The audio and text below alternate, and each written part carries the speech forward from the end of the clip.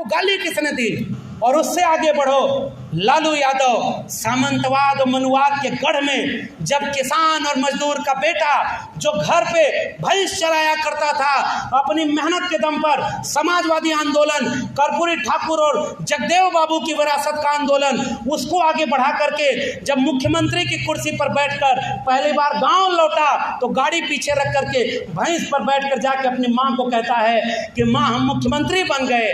मां को पता ही नहीं मुख्यमंत्री का मतलब क्या होता है। तो उनके बगल में एक तहसील थी जिसका नाम था हथुआ, तो उन माँ की नज़र में सबसे बड़ा ओहदा हथुआ के मुखिया का था। तो माँ से वो कहते हैं कि हम जैसे हथुआ के मुखिया बन गए। माँ गले लगा देती है। ऐसे घर से निकलकर जब लालू यादव मुख्यमंत्री बनते हैं तो उनको चारा चोर बनाकर अपमानित किसने किया? इस बात को क्या देश के लोगों को पूछना नहीं चाहिए?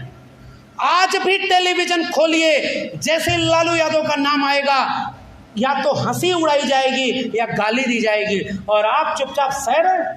उस लालू यादव को जिसने चरवाहा विद्यालय खोला, उस लालू यादव ने जिसने भगवतिया देवी को पत्थर तोड़ने वाली को संसद तक पहुंचा दिया, उस लालू यादव को जिसने 6 विश्वविद्यालय खोले, उस लालू यादव को जिसने संघ के सामने झुका नहीं और एक दंगाई रथ यात्रा को यहीं समस्तीपुर में रोक लिया था और उसका सजा मिल रही है कि उसको जेल में डाला हुआ। और दंगा करने वाले कुर्सी पर बैठे हैं और दंगा रोकने वाला पटना के गांधी मैदान में ये बोलने वाला कि जितना एक प्रधानमंत्री के जान का कीमत है उतना एक आम इंसान के जान का कीमत है। अगर इंसान ही नहीं रहेगा तो मंदिर में घंटा कौन बजाएगा? अगर इंसान ही नहीं रहेगा तो मस्जिद में इबादत कौन देने जाएगा? हम अपने राज्य में दंगा नहीं होने देंगे। जिसने अपने राज्य में दंगा नहीं होने दिया, कलम और किताब पकड़ाई, आज वो जेल में है और आज भी रोज ईडी सीबीआई, और जिसने पूरे गुजरात को दंगे में जला दिया आज वो निष्पक्ष बना बैठा है और तड़ी पर जो था वो गृह मंत्री बना बैठा है। ये ओबीसी समाज के लोगों को सोचने की जरूरत है। उत्तर प्रदेश में उस समय मुख्यमंत्री थे मुलायम सिंह यादव, एक गरीब किसान परिवार का मरहूम मुलायम सिंह यादव जब नेता बनते हैं तो उन्होंने आरक्षण लागू किया। जो काम राम नरेश यादव ने किया उस काम को आगे बढ़ाया मुलायम सिंह यादव ने, और एक नारा उन सांप्रदायिक ताकतों के सामने लगा था, मिले मुलायम कांशी राम हवा में उड़ गए। अब आप समझ गए ना? और इस बात की सजा ये मिली कि उनको मुल्ला मुलायम कहा गया। ये बात सोचो कि आपके लोगों को कितना अपमानित किया। उसे मुलायम सिंह ने कहा कि मैं चुना हुआ मुख्यमंत्री हूं, मैं अपने राज्य में कानून और व्यवस्था के साथ समझौता नहीं करूंगा, एक परिंदा भी पर नहीं मार सकता, अगर जरूरत पड़ेगी तो और गोली चलाऊंगा लेकिन सांप्रदायिकता को फैलने नहीं दूंगा। आज उस विरासत के लोग आज अपमानित हो रहे हैं और आप हम नहीं सोचते। बाबू जगदेव प्रसाद कुशवाहा क्या नहीं हुआ यही कुर्था में? इतिहास पढ़ो ओबीसी समाज के लोगों, आपका खून खौल जाएगा। किसानों का नेतृत्व कर रहे थे और उन्होंने कहा कि किसी अपर कास्ट की हरवाही करने के लिए मैं पैदा नहीं हुआ। उन्होंने क्या कहा कि 100 में 90 शोषित हैं और शोषितों ने ललकारा है, धन धरती और राजपाट में 90 भाग हमारा है, और इसलिए उनको साजिश के तहत सामंतवादियों ने मारा और उनके मुंह में पेशाब किया।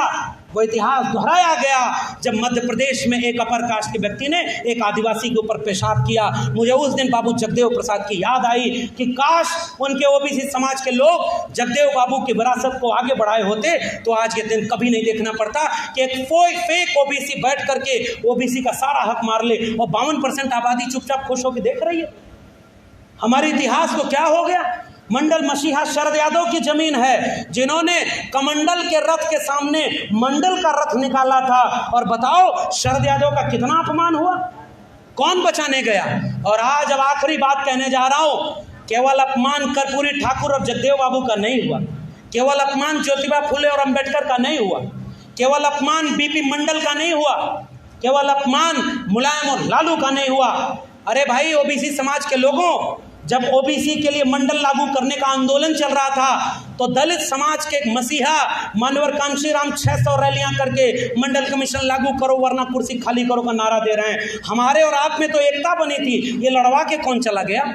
रामविलास पासवान जाति से आते थे और दिल्ली के जंतर मंतर पर जब मंडल लागू कर दिया और लोग कोर्ट में चले गए तो रामविलास पासवान धरने पर बैठ गए थे कि मैं ओबीसी समाज के साथ अन्याय अत्याचार नहीं होने दूंगा। नीचे धरती ऊपर आसमान, एक ही राम है रामविलास पासवान। उस इतिहास को मैं याद करना चाह रहा हूँ। रामविलास पासवान ने एक जगह कहा था, बाकी लोग बाद में राम लगाते थे, मेरे नाम के आगे राम है, और सांप्रदायिकता की आग में कभी वो आगे नहीं हुए।